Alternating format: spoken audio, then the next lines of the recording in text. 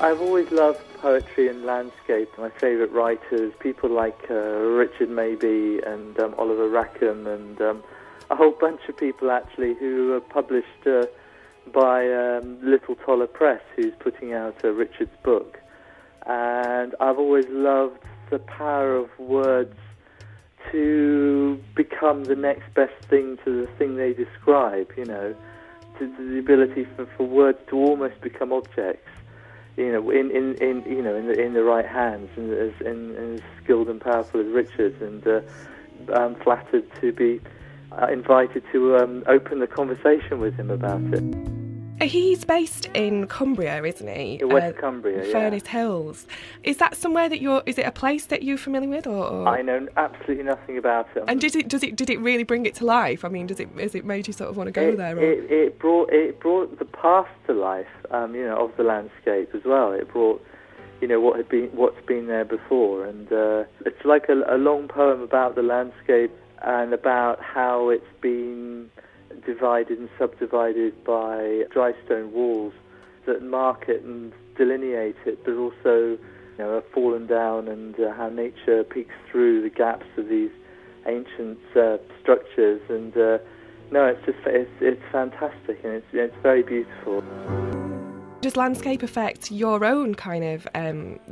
Does it inspire you when you're making work? Is that affected by the place where you are and what's around you? Yeah, I mean, with landscape, if you're talking about like Radiohead, we've worked in various places which have been very important to the creation of the music. Then we recorded in a record called In Rainbows, and a lot of it in this landscape in Wiltshire, in this ruined old country house, sleeping in caravans on the sort of the shaggy lawn at the back of it.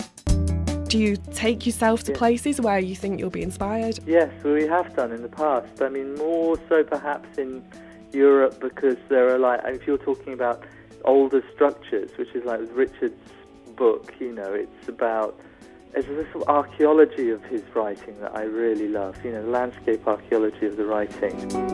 If I'm sort of comparing his book with like our concerts, it's the idea of having a relationship with the space that you're in whilst acknowledging the heritage and lineage of it, whether it's the West Cumbrian landscape or whether it's playing some Roman amphitheatre in south of France. It's just an enormous privilege to be there at the same time as those places exist, and all the past events that have happened before it and will go on after you've left. You know, it's the humbling nature of these places, like Richard's book, and like those beautiful places. Which again, of course, we play these shows, amphitheatres in Ireland, south of France, and that you're surrounded by tumble down stones and pillars and edifices for entertainments past stretching out over thousands of years. There is a sense of that kaleidoscope, the telescoping back into time as well, that you get from Richard's writing of the West Cumbria moors and hills.